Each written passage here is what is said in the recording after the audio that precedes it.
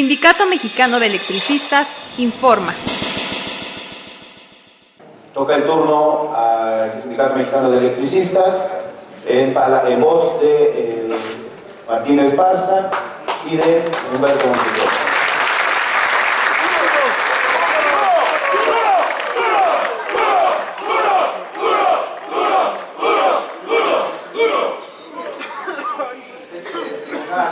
Permanente de los pueblos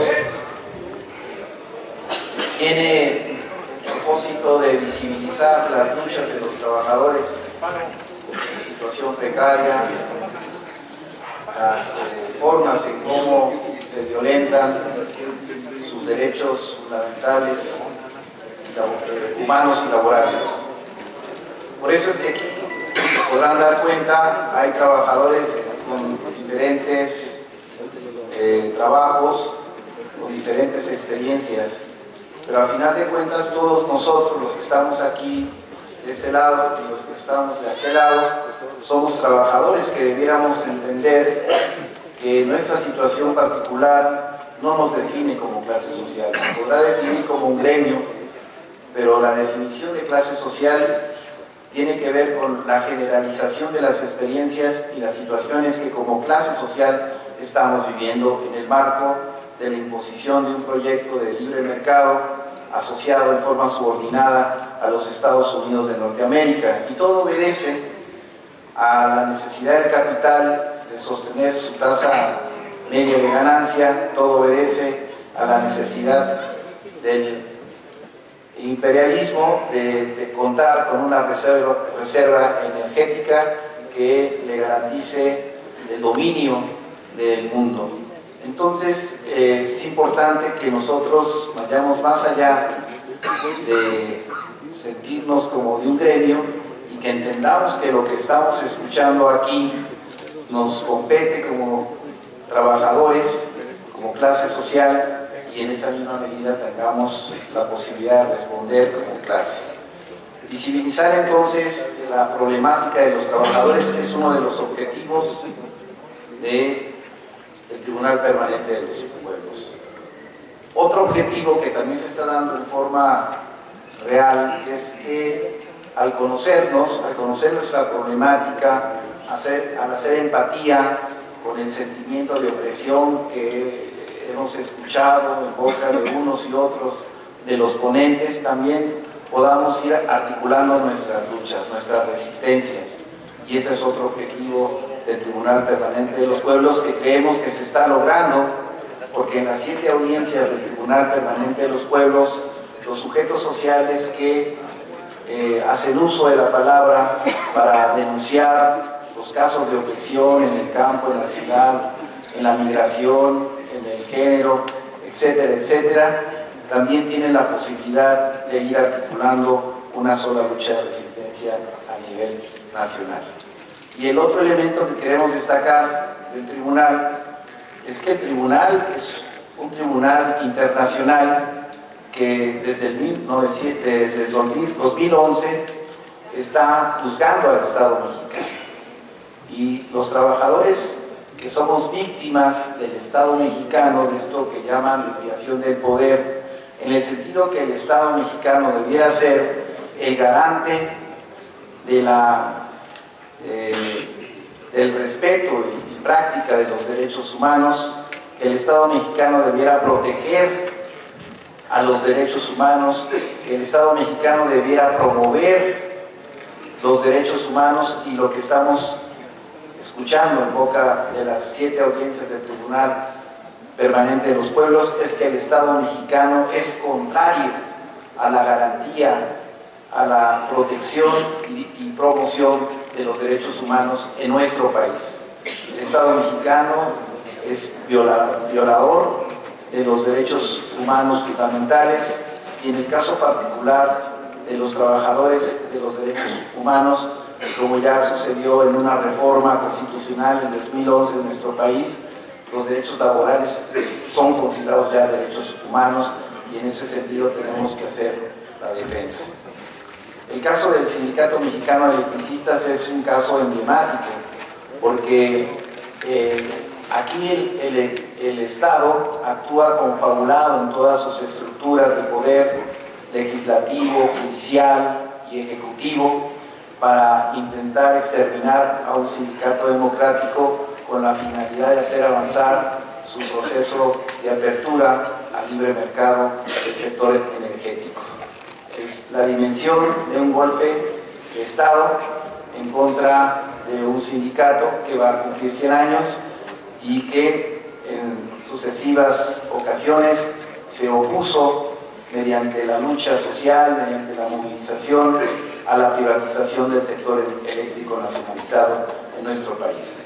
Esto lo planteamos en el 2012 en la primera audiencia del Tribunal Permanente de los Pueblos que hicimos aquí, y el tribunal tomó en consideración los argumentos que nosotros dimos y posteriormente dictaminó en junio de 2012 7 puntos que más adelante vamos a tocar con respecto a la valoración, digamos, sistematizada de los casos que se fueron exponiendo en las audiencias, en el caso particular de la violencia laboral en México.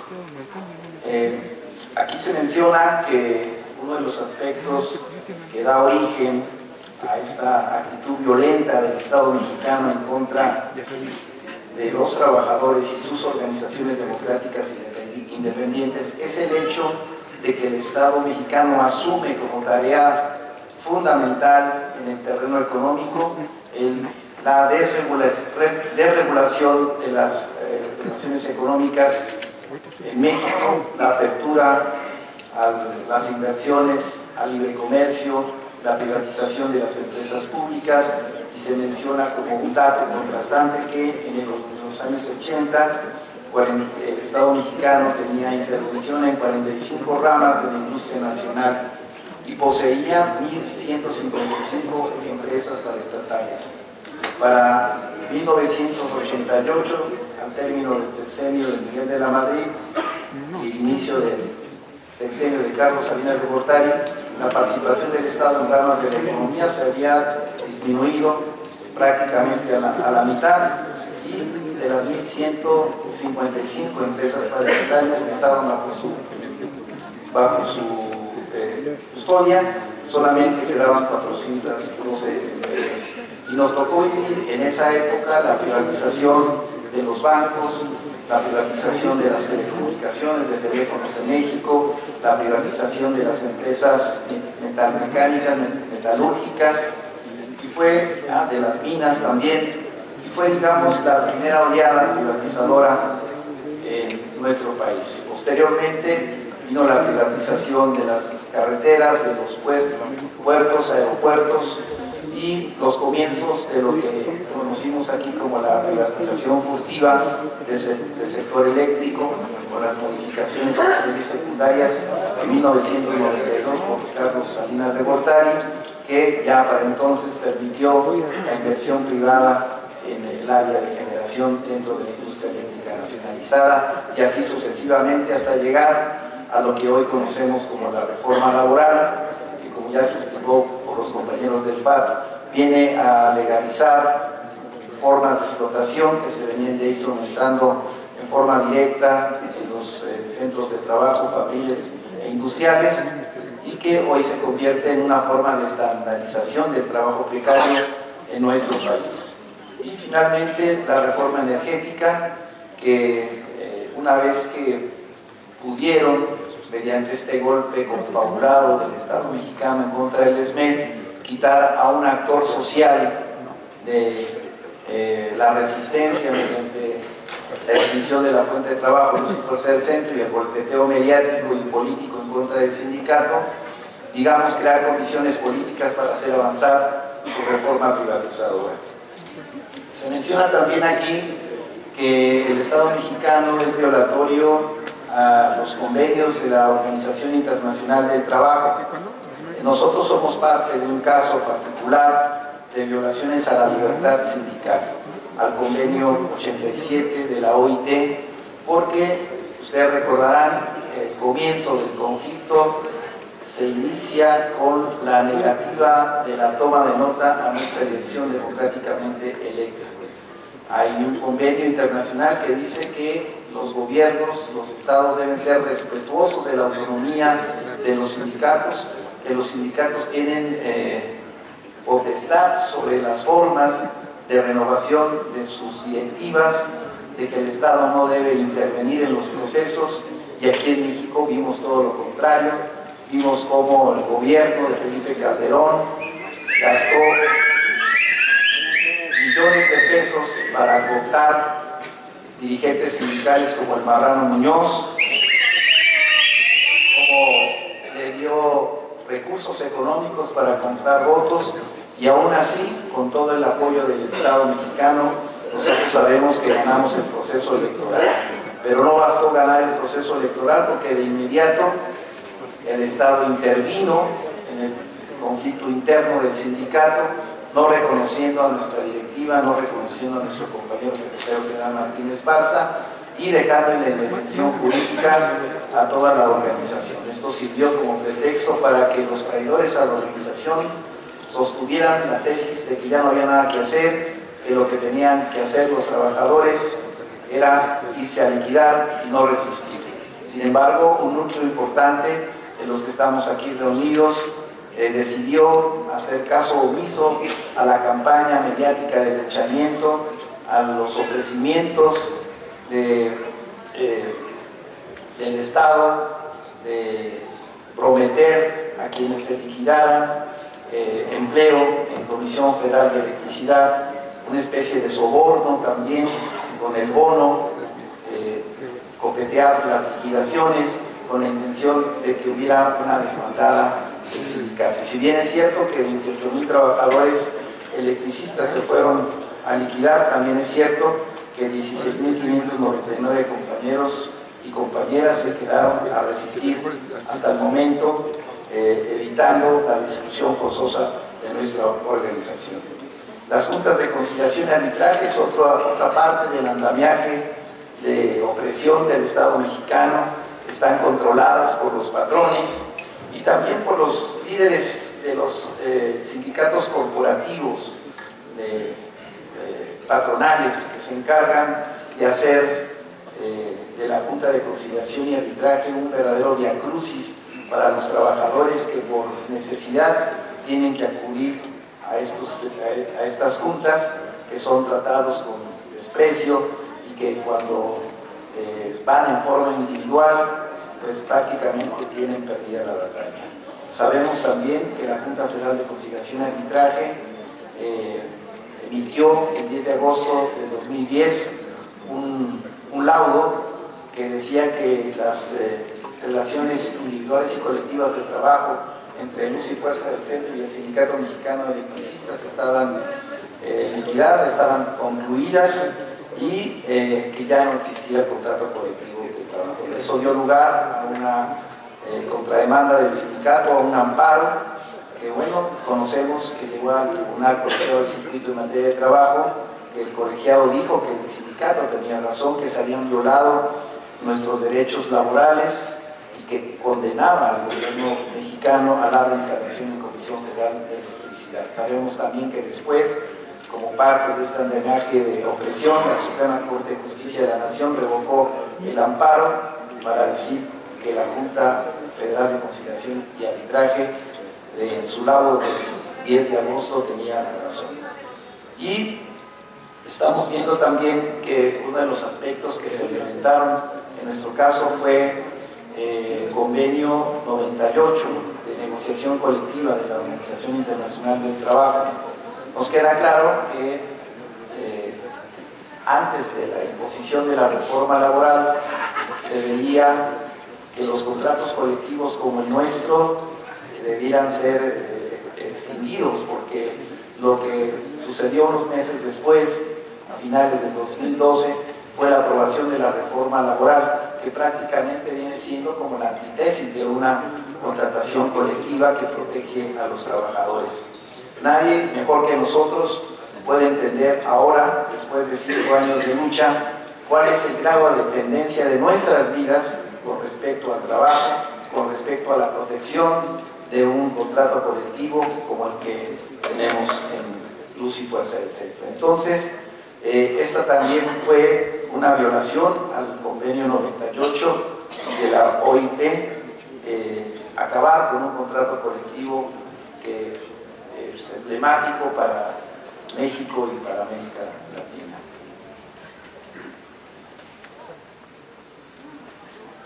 También planteamos aquí en esa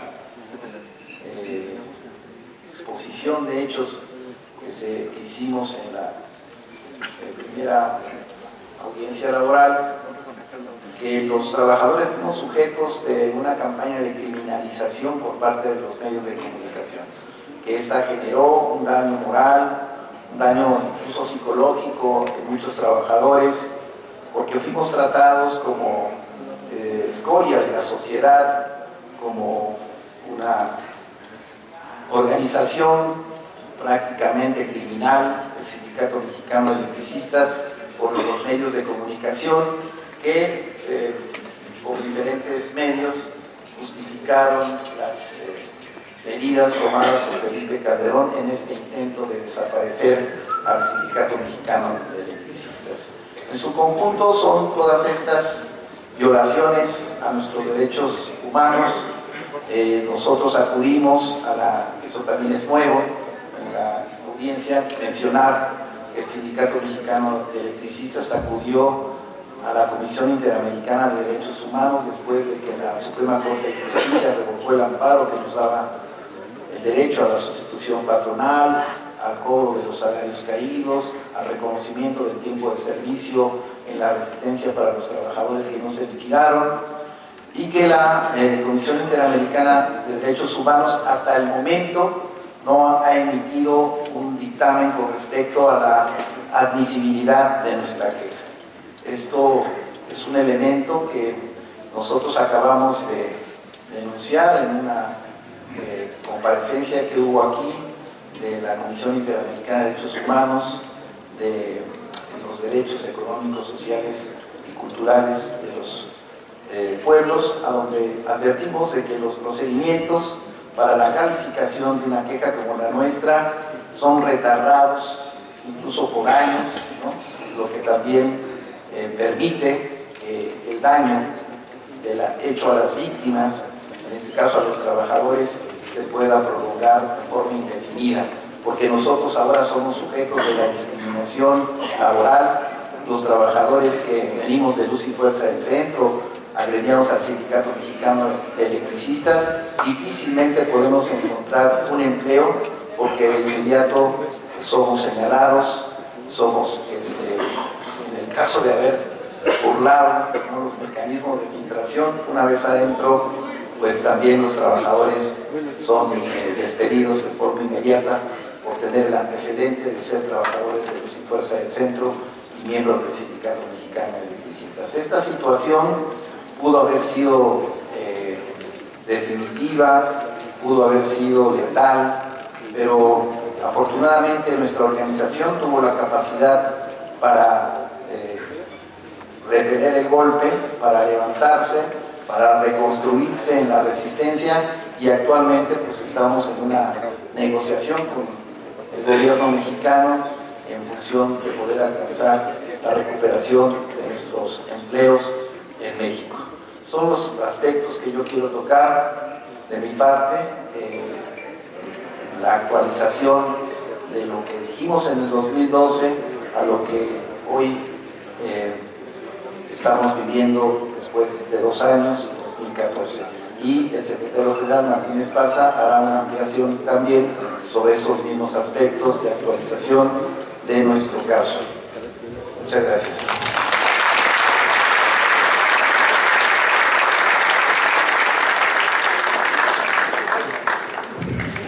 Sí, compañeras, compañeros, buenas tardes. En nombre de los trabajadores del Sindicato Mexicano de Electricistas, de los jubilados, queremos reconocer la presencia de distintas organizaciones en esta audiencia del Tribunal Permanente de los Pueblos, y sobre todo que se han compartido qué es lo que está pasando en nuestro país por parte del gobierno, por parte de los empresarios, los patrones, donde hay una política de Estado prácticamente para acabar con las conquistas históricas de la clase trabajadora. Hay que señalar que este tribunal, que es ético, que es moral, que tiene toda una trayectoria a nivel mundial, nos va a permitir visibilizar a nivel internacional qué es lo que pasa en nuestro país. Y este año termina el capítulo México, será en noviembre, donde todos seremos testigos de lo que serán las condenas al Estado mexicano. Les adelanto que la condena del Tribunal Permanente de los Pueblos, en primera instancia, se condena al Estado mexicano en sus 3 niveles de organización política federal, estatal y local, a los poderes ejecutivo, legislativo y judicial, y en particular a quienes han ocupado la presidencia, la Secretaría del Trabajo y Previsión Social en los últimos 30 años, por haber diseñado y aplicado un modelo de relaciones laborales injusto. 2. Se condena al Estado mexicano por el empleo sistemático de políticas represivas que afectan a los trabajadores y a la población en general. 3. A quienes, careciendo de una representatividad acreditada por procedimientos democráticos, lucran personalmente mediante la representación simulada de los trabajadores o mediante su condición de dirigentes perpetuos de los sindicatos corporativos y contribuyen a la violación a los derechos de los trabajadores y trabajadoras. Un caso emblemático, Víctor Fuentes del Villar. El sindicato del SUTER que ha permitido toda esta serie de violaciones a los derechos de los trabajadores. Pero hay más, de un sistema añejo, antiguo en el país, desde la Confederación de Trabajadores de México, la CTE, desde el Congreso del Trabajo, desde la CROM, la CROC, todas estas centrales que se han prestado con el gobierno. Y eso entonces permite visibilizar estas violaciones sistemáticas del Estado mexicano. También se condena a las empresas públicas y privadas y a las entidades mencionadas responsables de las vulneraciones de los derechos. 5. A las empresas nacionales y transnacionales que basan en la sobreexplotación extrema de los trabajadores de México, como sucede en otros países, el aumento de sus beneficios hasta niveles moralmente repugnantes. En un caso en México, pues está Carlos Slim, uno de los hombres más ricos del mundo, que ha hecho su fortuna gracias a la explotación de la fuerza de trabajo. O el sinvergüenza de Germán Larrea, que ha hecho su fortuna gracias al Estado mexicano. Primero las minas, que las compró en el sexenio de Salinas a una cantidad irrisible, y luego Cedillo le entrega los ferrocarriles por 99 años, y luego ya incursiona en las telecomunicaciones, compra los bancos y ahora es el segundo hombre más rico de nuestro país. ¿Y en qué condiciones están los propios trabajadores? Una total discriminación. Hay un letrero en Cananea que dice: se contratan mineros pero que no sean de Cananea. Los trabajadores que se están matando, porque hay varios crímenes ya industriales en estas minas. Hay un responsable que se llama Germán Larrea, pero con la complicidad de la Secretaría del Trabajo. Lo más reciente es con el cómplice de Javier Lozano Alarcón, que hoy está en la impunidad como senador de la República. Por eso es importante conocer estas sentencias. También el Tribunal Permanente de los Pueblos recomienda al Estado mexicano que garantice la existencia de sindicatos independientes. 2. Que garantice procesos de elecciones sindicales libres como base indispensable para asegurar la representatividad de las organizaciones sindicales. Todos sabemos que hay sindicatos blancos que ni los trabajadores saben quiénes son sus representantes, o contratos de protección que no saben los trabajadores cuáles son sus condiciones de trabajo. Sin embargo, pues hay tomas de nota hasta sin haber elecciones, o hay gente que está prófugo de la justicia y tiene tomas de nota. También que el Estado ratifique sin demora los convenios de la Organización Internacional del Trabajo, de los que aún no es parte en particular del convenio 98 sobre el derecho de sindicalización y de negociación colectiva y el 130 de edad mínima referido a la abolición del trabajo infantil. 4. Que se reforme de forma profunda las actuales juntas de conciliación y arbitraje para que cumplan una real función de solución a las controversias laborales independientemente de las partes. 5. Que se reforme el marco regulador de los contratos colectivos de trabajo de manera que se asegure una real negociación colectiva de acuerdo con parámetros reconocidos internacionalmente. 6. Que se garantice el derecho a los trabajadores a disponer de una copia de su contrato de trabajo. 7. Que se considere el trabajo por cuenta ajena como una relación laboral y no se someta a otras modalidades contractuales que encubren la relación laboral. 8. Que se dé efectividad al cumplimiento del sistema de inspección del trabajo previsto en la Ley Federal del Trabajo. Respecto a lo anterior, queremos adicionar con respecto a la condena, que se condene a la Suprema Corte de Justicia de la Nación por realizar fallos en contra de los trabajadores mexicanos y en general y en particular en contra del Sindicato Mexicano de Electricistas, y que se amplíen las recomendaciones que se valen por la separación de los poderes ejecutivos y legislativo y judicial para garantizar la correcta impartición de justicia. Y un caso emblemático es el caso del Sindicato Mexicano de Electricistas. Los 3 poderes de la Unión se confabularon para golpear al Sindicato Mexicano de Electricistas.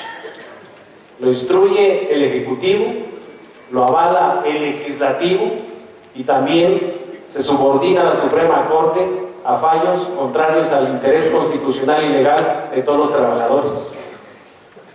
Que el Estado mexicano garantice el derecho al trabajo de toda la población, siendo el desempleo generalizado la primera y más grave violación al derecho laboral. Y aquí hemos escuchado las ponencias de los sectores que nos acompañan en este tribunal y cómo se violenta de manera sistemática para que no encontremos un empleo digno y remunerado. Que se deroguen las llamadas reformas estructurales, laboral, educativa, hacendaria, de telecomunicaciones y energética, contraria a los intereses del pueblo mexicano y violatorios de derechos fundamentales de los trabajadores. Que los procesos reformas a la legislación se realicen a partir del diálogo abierto con los trabajadores y la sociedad. Esto es parte de lo que se va a condenar por parte del Tribunal Permanente de los Pueblos en noviembre, compañeros. Y eso entonces tenemos que perfeccionar todas estas sentencias para llevarlos a los propios tribunales internacionales. No podemos permitir que en nuestro país se instaure un gobierno autoritario y fascista que rompa con la legalidad y el Estado de Derecho.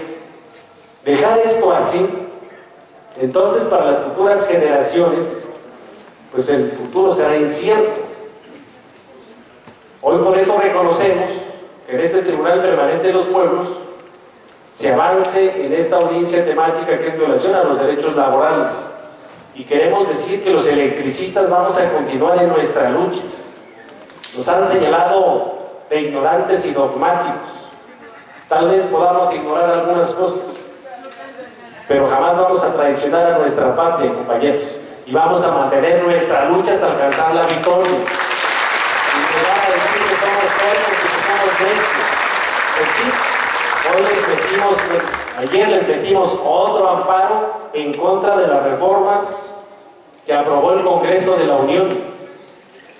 Dice que en nombre y representación del Sindicato Mexicano de Electricistas, regido por el apartado A del artículo 123 de la Constitución Política de Estados Unidos Mexicanos, así como de todos y cada uno de los agremiados al Sindicato Mexicano de Electricistas que lo integran, todos ellos regidos también por dicho apartado del numeral constitucional en cita. Venimos a promover el amparo y protección de la justicia federal en contra del decreto por el que se expide la ley de la industria eléctrica, la ley de la energía geotérmica, y se adicionan y reforman diversas disposiciones de la ley de aguas nacionales y el decreto por el que se expide la ley de petróleos mexicanos y la ley de la Comisión Federal de Electricidad, y se reforman y derogan diversas disposiciones de la ley federal de entidades paraestatales, la ley de adquisiciones, arrendamiento y servicios del sector público, la Ley de Obras Públicas y Servicios relacionados con las mismas, el decreto por que se reforman y adicionan y derogan diversas disposiciones de la Ley Federal de Presupuesto y Responsabilidad Hacendaria y de la Ley General de Deuda Pública, con fundamento en los artículos 1º, 6º, 8º, 14, 16, 22, 27, 39 y 136 de la Constitución Política de los Estados Unidos Mexicanos, así como de todos los tratados internacionales suscritos por México, ya que la organización sindical quejosa resultó agraviada por los actos que se reclaman por ser titular del interés legítimo colectivo de todos los trabajadores. Ayer ingresamos este amparo para solicitar de la justicia federal reconozca los derechos adquiridos de todos los trabajadores y de todos los jubilados, compañeras y compañeros. Será una lucha importante. En lo específico que reclamamos aquí, con todos los laudos y las sentencias de la Suprema Corte, queremos señalar que el Tribunal Colegiado del Circuito nos dio la razón en septiembre de 2002 y la Corte, con razonamientos fuera del marco constitucional y legal, deroga ese amparo que nos regresaba a trabajar. Y entonces ahora, en la ejecución del laudo, dicen que no tenemos otra alternativa más que cobrar nuestras liquidaciones. Y nosotros decimos que todos los activos de Luz y Fuerza del Centro hay que cuantificarlos para cubrir las obligaciones con los trabajadores. Y está el convenio en comodato, que lo hicieron por 3 años y se amplió 3 años más. Y entonces no pueden vender nada de Luz y Fuerza del Centro en tanto no resuelvan el fondo del conflicto, porque hay litigios en la Junta Federal. Vean lo tramposo del gobierno y de la Junta. Ellos nos demandan la terminación de las relaciones individuales y colectivas de trabajo, nosotros demandamos la reinstalación por despido injustificado, la sustitución patronal y todos los salarios caídos. Vamos, el juicio nuestro se quedó ahí. Promovimos que se integrara, es parte de lo mismo, dice, estamos planteando que sea en un solo expediente. ¿Qué dijo el juzgado? No, se tienen que ver por puerta separada y por eso apresuraron su juicio y el de nosotros lo dejaron ahí. Pues en tanto no terminen los juicios, entonces ¿cómo desincorporan los activos de Luz y Fuerza? En cualquier proceso de liquidación, todos esos activos tienen que hacerlos líquidos para pagar las obligaciones con los trabajadores. Y lo que nos debe no es cualquier cosa. Apegados al contrato colectivo de trabajo, nos deben más de lo que vale Luz y Fuerza del Centro, compañeros. Que nos den Pemex. Sí, van a tener que adelantar con algo de ellos. Porque vean, reconoce el SAE y CFE que el patrimonio de Luz y Fuerza vale 110,000 millones de pesos. Y lo que nos deben a nosotros son más de 350,000 millones de pesos. Dándonos Luz y Fuerza y CFE, apenas iremos saliendo un poco de tablas. Esa es la realidad. Porque nos han dicho que el petróleo es de todos los mexicanos, pero ahora que lo desincorporan, dice, bueno, de todos los mexicanos va a ser la deuda. Porque quieren absorber, dice que podrá absorber el gobierno las obligaciones con los trabajadores en materia de jubilaciones, pero dice siempre y cuando modifiques tu contrato colectivo de trabajo. Y lo hacen desde el Congreso, desde los que son nuestros representantes según. ¿Alguien representa de los diputados, senadores y representantes de los trabajadores? ¿Le creemos a la Suprema Corte de Justicia? ¿O le creemos al Ejecutivo cuando dice que va a bajar la luz, que va a bajar el gas, que va a haber empleos, que México va a salir adelante y le dan un reconocimiento ahí porque son muy bondadosos con los judíos y con todos los demás? Lo que dice el gobierno es al revés, entonces, compañeros. Pero lo han hecho porque tienen el control político.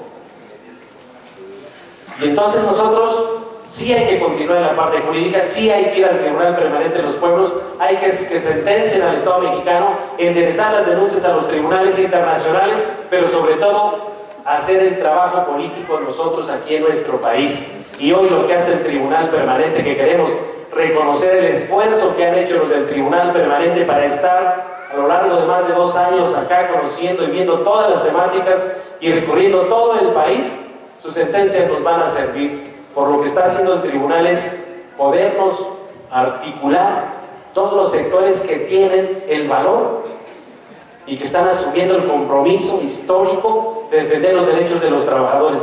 Por eso nuestro reconocimiento al Tribunal Permanente de los Pueblos, a los que los integran, que han hecho un esfuerzo titánico por estar acá en nuestro país. Nuestro reconocimiento en esta lucha temática de los trabajadores, a los compañeros de Frente Auténtico del Trabajo, al Sindicato de Trabajadores de Casas Comerciales y Oficinas, que están aquí también, a la Brigada Callejera, trabajadoras y trabajadores sexuales en el Distrito Federal, a los trabajadores de la Unión Nacional de Técnicos y Profesionistas de TEMEX, que están aquí, que han dado también una dura batalla en todo el país, al colectivo de abogados Causa, que también está en el tribunal, pero sobre todo a la gran dignidad que han mostrado los electricistas a lo largo de más de 5 años, que no nos bajamos, compañeros. El SME no se vende, el SME no se va, porque tiene trabajadores con mucha dignidad. ¡Que viva el Sindicato Mexicano de Electricistas! ¡Viva el Sindicato Mexicano de Electricistas! ¡Viva el Tribunal Permanente de los Pueblos! ¡Viva la unidad de la clase trabajadora! Muchas gracias. Aquí se ve la fuerza del SME. Aquí se ve la fuerza del SME. Mantente alerta a nuestra transmisión.